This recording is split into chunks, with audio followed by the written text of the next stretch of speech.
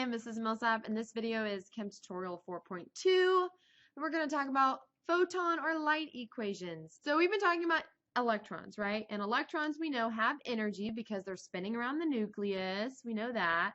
And we do know that if the nucleus is right here, so if my nucleus is right here, and like here's my energy level, if I have an electron right here, dang it, come on. If I have an electron right there we go. And if the electron gains energy, it can jump to a new energy level, an energy level far apart. And then when it gets tired of being in this new energy level, it can then release energy and fall back down, right? So it can either absorb it and go up, and that's called electron absorption, or it can release energy and go down. When it absorbs energy, and so I'm going to draw light with a green marker. If this electron gains light energy and jumps up, we call that energy that it gains a photon. Okay, so light is always referred to in packets called photons. So if an electron absorbs a photon of light energy, then it will jump up. And when the electron falls back down, it obviously has to kind of give up the energy that it had so that it can fall back to a lower energy state. So when it releases light, it also releases it in packets called photons. Okay, so that's kind of what I talk about right here. A packet of light energy is called a photon, and electrons release and absorb these photons. We can't actually measure the energy of an electron. However, we can measure the energy that the electron absorbs and the energy that electron releases. So we can measure photons' energy, but we can't measure necessarily the electron's energy. So let's talk a little bit more about photons. And if we're going to talk about photons, we really need to be talking about light, because that's what a photon is. A photon is just a packet of light. Light occurs as a wave, and so it has properties of a wave. So let's talk about light's wave properties. It has three properties: wavelength, frequency, and energy.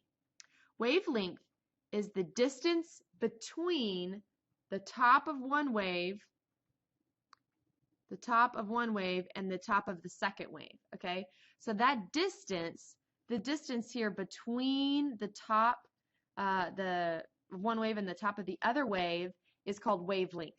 So look at this first wave right here. Wave A, okay, wave A has a longer wavelength. Okay, so I'm going to put long wavelength, and wavelength we represent with the symbol. So I'm going to draw it over here too. It's kind of like an upside down Y, so that's wavelength. So we have a long wavelength. B, we can see our wavelength is shorter, so the top of this wave and the top of this wave is a smaller distance, so its wavelength is getting smaller. And then if we look at wave C, we see the top of the wave here and the top of the other wave here is even shorter. So we have short wavelength here. So wavelength is increasing from C to A, right? We get longer wavelengths as we're going up. Okay, now let's talk about frequency. Now frequency we represent with the letter F. Surprise, surprise. Frequency is how many waves are occurring in every second. In this bottom one down here, we can see that there's 3 waves that are occurring in 1 second. Okay. In this top one, we can see that we are having a wave and a half. So like here's one wave and here's the other half of the wave. So almost 2 waves are occurring in 1 second. Okay. So right down here we have a high frequency, meaning there's lots of waves happening in 1 second. And as we go further up, here we see there's only 1 wave is happening per second. So we have a low frequency. So frequency is increasing the other direction from wavelength. So the relationship between wavelength and frequency is that when frequency is increasing, wavelength does the opposite. Wavelength decreases. Okay, so as our waves get longer right here, I don't know why my marker keeps stopping. As our wavelengths get longer, the frequency gets shorter. And here, as our wavelengths get shorter, our frequency gets higher. So they're opposite. energy and frequency are related. In energy, we represent with an E. So energy and frequency go together. The more frequent a wave is, then the higher energy that wave has. So waves with higher frequencies have more energies. Waves with lower frequencies have lower energy. That would be a good something to write down on your notes. Okay, so let's look at another, just a different picture. We're going to talk about the relationship here between wavelength and frequency and energy. So let's take a look at this picture here. I'm going to take a few notes on it. Here we have a high frequency, but our wavelength is shorter. And here on the bottom one, we have a lower frequency. They're not happening as fast, but our wavelength is longer. Okay, this is kind of a horrible drawing of a wave, but just go with it right now. Here we can see we have long wavelength, okay? On this side, we can see we have a shorter wavelength. We can also see on this side, right here, that we have, on the left side, that we have more waves happening per second. So we have a short wavelength, but we have high frequency. On the other end, however, our waves are not as frequent, so we have low frequency. So as frequency increases from right to left, our wavelength will decrease. And remember, energy moves the same way as frequency. So as our waves are more frequent, we also have higher energy. So frequency increases and energy increases when the wavelength decreases. Okay, so now let's talk about mathematically, what does that have to do with anything? Well, we want to figure out the energy of a photon released by an electron. So we're going to use a formula, and this formula looks like this. The energy of a photon, so this is the energy that's released between two energy levels. So as the electron falls, it releases a photon, and as it absorbs, it gains a photon. So the energy of a photon can be calculated by using Planck's constant, which, by the way, Planck's constant is on your periodic table chart right here, as you can see. And the number is 6.63 times 10 to the negative 34. It's always this number. It will never, ever, ever change. This momentary change in location of the video. But let's continue. I was talking about the formula to calculate the energy of a photon being released or absorbed, and it's E equals Planck's constant. Planck's constant is represented by an H. This is the number for Planck's constant, which can be found on your periodic table. And so E, the energy, equals Planck's constant times frequency. So let's look at problem number 1 here. It says, what is the energy, we're looking for E, of a photon released by an electron with a frequency of 4.5 times 10 to the 14th. So frequency is 4.5 times 10 to the 14th. And we're looking for E.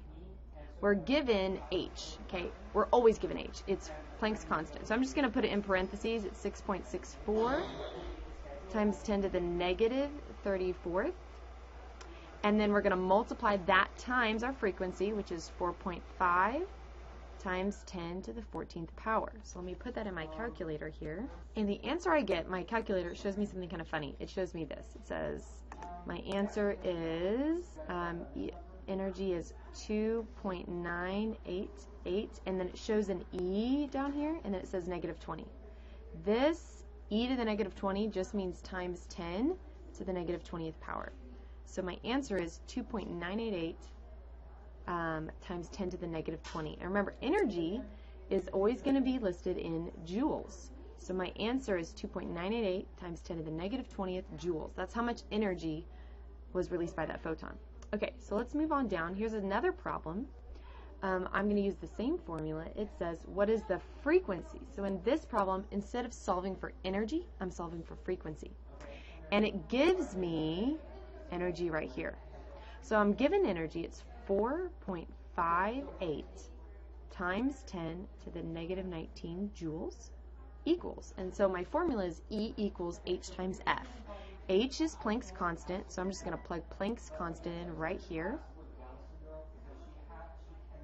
And I'm looking for frequency. So here's frequency. So now we have to do just a little bit of algebra to figure out how we're going to find frequency.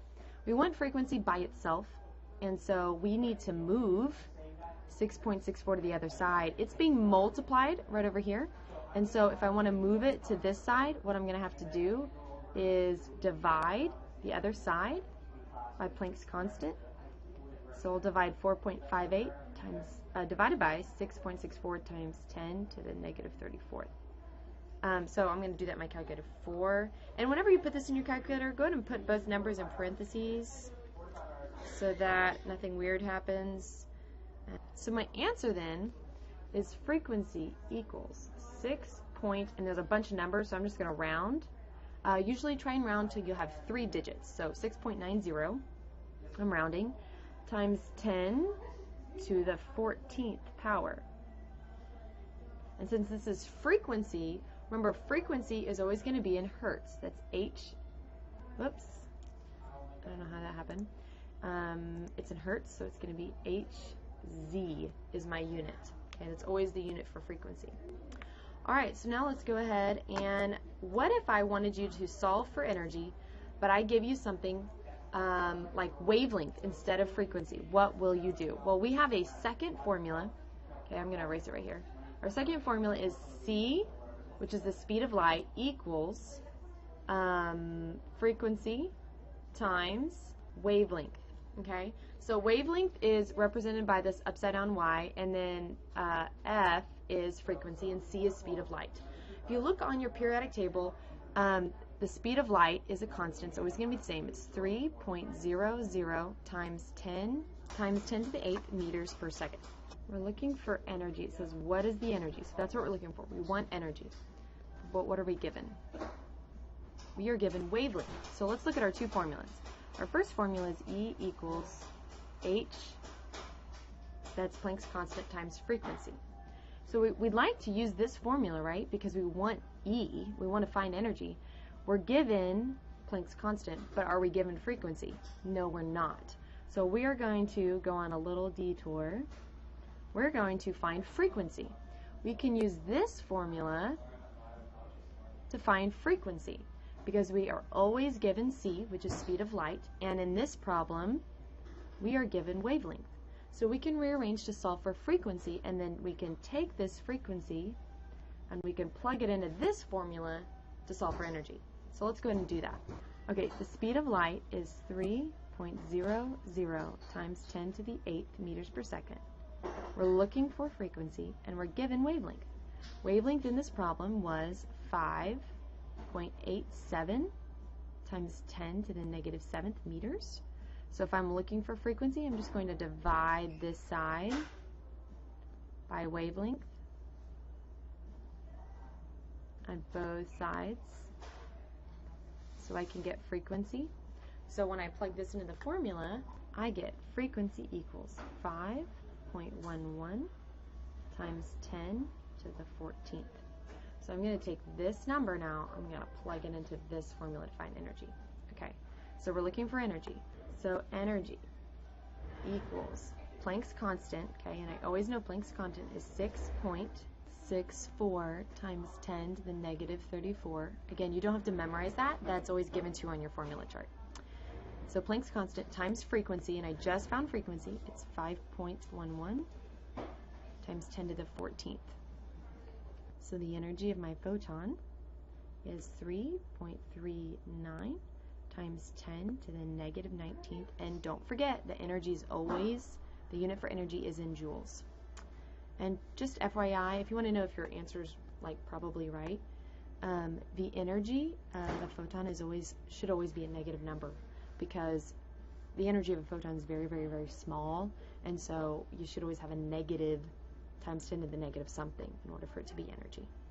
And that is how we do light equations. That's it for today.